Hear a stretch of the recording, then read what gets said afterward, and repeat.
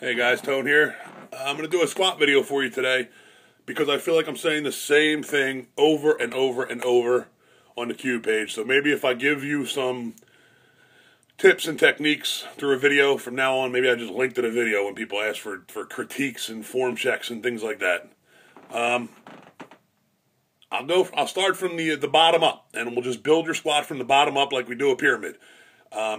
I'm not going to be able to do everything now because I'm by myself and I can't point the phone and things like that, but just the mental cues that you go up and that I look for when I'm coaching the squat, how I build up from the bottom up, what I'm looking for, what I want to see, what you're looking to do as a lifter. There are going to be things I'm probably going to leave out. There are going to be things that I forget about or I don't know. There are plenty of things I don't know still.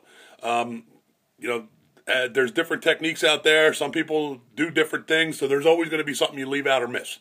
But overall, this is what I look for. This is what most of my advice in the Cube page comes from when I start coaching on the squat. First thing I'm looking at is whether you're walking it out or whether you're in a monolift, I'm looking at your feet. When you come out of that monolift, I want to see how you set your feet up, whether their toes are out, toes are in, where your heels are set, how far apart, and whether or not you're spreading that floor. Whether you can see those ankles moving to push out on the sides of the feet. You're trying to spread that floor like there's, there you go. When I say there's a paper towel on the floor, like you're seeing something like this, like a bracelet, and you're trying to pull it apart. That's the same thing you want to do with your feet. You're standing on the floor, you're trying to push this thing apart and rip it in half with your feet. That's going to take all that hip, glutes, hamstring, quad. It's going to make your whole leg and hip chain tight. Even if you just stand up now and spread the floor, you're going to feel it all tighten up. That's the first part. We're going to go from your feet up. Your feet and ankles, that's what I want to see. Okay? That's what I'm looking for. Whether you walk it out, after you get walked out, I want to see you stop and set and spread the floor and get ready. If you're in a mono, I want to see what you take. Do you spread the floor? Are your glutes tense? More often than not, especially for new guys and the guys that are asking for advice, when you watch them take that bar, their hips are moving. You'll see them, slight little movements like this. They're not spreading the floor. Their hips aren't tight. They're not tight from the get-go, and they're looking for a squat because they think they don't have to get tight until they get down. Right off the bat, spread the floor. Look at those hips. Make sure the hips are tight. So we've gone now from spreading the floor of your feet up to your hip. Is the hip pushed out? Is the hip moving? Is it going forward and backward? Are they rocking on their toes? Okay? So that's the next step. Where is the hip moving? If the hip's forward but we're moving back and forth, that tells you that the lifter's kind of going like this on his foot. Pick that big toe up. That's one of the big ones I've said so far too. Pick the big toe up. It automatically puts you on your heel. If you're standing up right now, pick your big toe up. You automatically go back to your heel. The big toe is where the forward balance comes from. When you're walking forward, that big toe gives you that balance. If you pick that up off the floor, your body naturally switches right back to that heel. So you're going to be sitting on your heel. So if the hips are moving front to back, they're not doing something. They're not sitting back on their heel. They're not spreading the floor. Okay, they're not sitting back enough. They don't have that big toe up, and they're trying to find a center of balance by rocking on their feet. Okay, pick the big toe up. It'll automatically put you on a balance on your heel.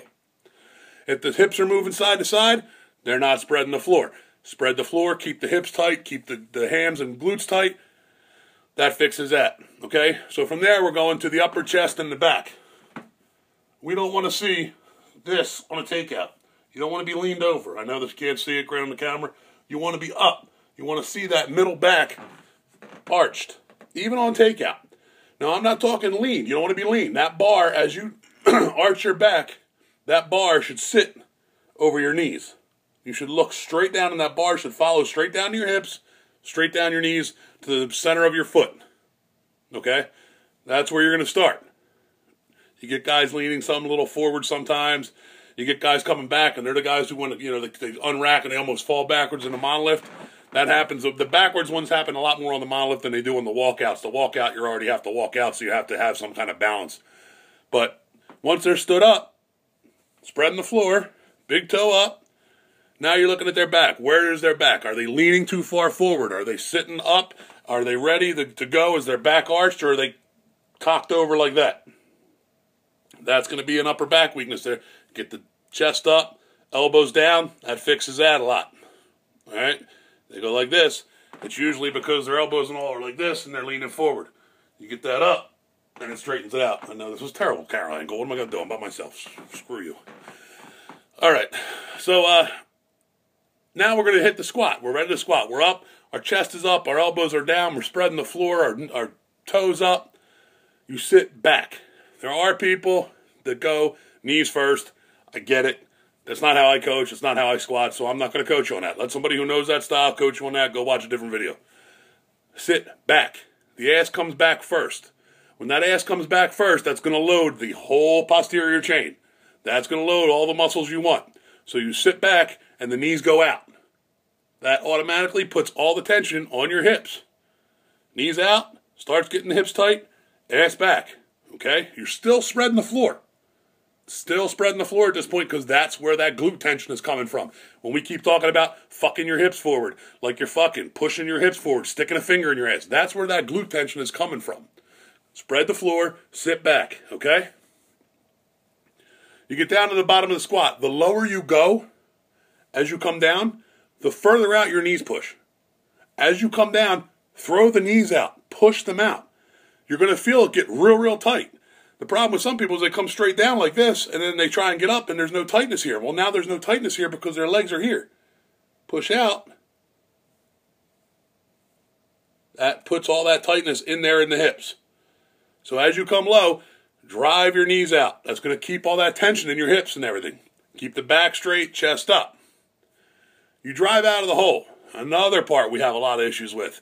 You come out of that hole, a lot of people are squatting with their quads. You're pushing.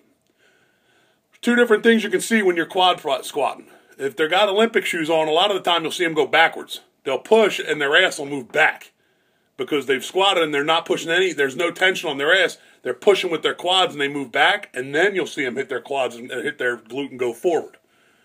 The other one is in flat shoes, you'll see them push and they kind of go forward. They throw themselves forward a little bit because they're not driving their head. They'll quad squat and they'll go forward like that. The head, the hips, and the knees all work together. They're all gonna. It's like somebody put a string in the top of your head and they're pulling it up. It's like a puppet. The head goes up, the back stays arched, the hips push forward, and the quads squat it, and you're driving your heels down through the floor. Heels through the floor, quad squatting, keeping the glutes tight, still kind of fucking your hips forward so the glutes are tight. Chest up, head up. One big line, like a puppet, like they're just pulling you up from the top of your head. All right. Trying to think if there's anything else. I guess that's pretty much it. As you come up, you keep the glutes going. You keep the glutes going. The glutes and the knees should lock out about the same time. Like I said, if you're all like a puppet, the head at the top, the highest point, is going to be at the same time the head hits the highest point is when your hips and glutes are going to lock out. Your hips and your knees. Sorry, hips and knees. So head hits the top, hips and knees all at once. Boom, knees, hips, head. All at one time, straight line. Keeps everything straight up, keeps all the power under the bar. All right? I know I'm probably missing stuff, but I tend to ramble on these videos, and I don't want to do too much of that. Feel free to hit me up with questions. A lot of you tend to, I don't want to put this on the board. Put it on the board. You're not, believe me, a ton of you send me messages that you're scared to put it on the board because you don't want a bunch of idiots answering. I'll delete those. We've started to just delete the people who don't know what the hell they're talking about because it's just easier to delete them than even argue with them. You'll get good advice, not just from me. There might be something that Jack sees or Jack has to say or JP or Brandon or Corey if he's on. Anybody will be able to give you different little things that they're going to see, and it will give you a lot better advice because there may be something that I'm saying that I'm not communicating right that somebody else will say, and you'll get it. It'll hit you. There's been a million times my strongest training partner has told me something, and it won't click. But then the weakest guy will say it in the way I go, oh, I get it now. Just sometimes, some way, somebody says something. So please put it on the board. I can text you all day long, but it's easier because then I'm not saying the same thing 15 times to different people either. I can say to the whole board, and people can go back and look and read it and things like that, rather than just us in a private message. I know some of you aren't big on posting your videos either. I get that, but it's powerlifting, dude. Grow some balls, put your video up. You don't have to always send it to me. I'm happy to do it for some people and help troubleshoot you, but for the most part, put it on the board. You're going to get way more responses and way better responses from everyone than just one or two people. There are guys on there that know what they're talking about. There's plenty of guys on that Cube page that know what they're talking about. It's just the idiots make themselves known because we all make fun of them. So it's like, oh, yeah. You don't realize that there's 17 good responses, too. All right? That's all I got for today. Jersey Iron, At Large Nutrition, Cube. Thanks, guys.